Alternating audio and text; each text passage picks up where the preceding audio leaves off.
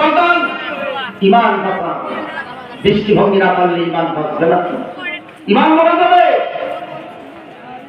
ভোটের সাথে ইমানের সম্পৃক্ততা, নেতা নির্বাচনের কাছে ইমানের সম্পৃক্ততা, শুধু ইমান না ভাই, জান্নাতের সম্পৃক্ততা।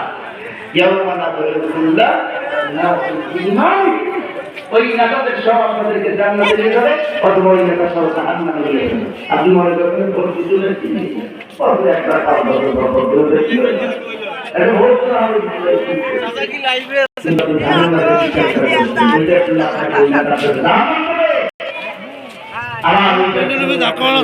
কারণে হ্যাঁ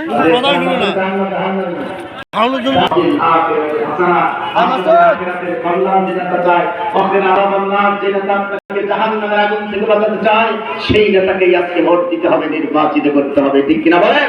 আগামী দিনে এই ছাত্র বিপ্লব 5ই আগস্টে যেভাবে গোটা দেশের স্বৈর শাসককে দেশ থেকে উৎখাত করেছে, এই মহান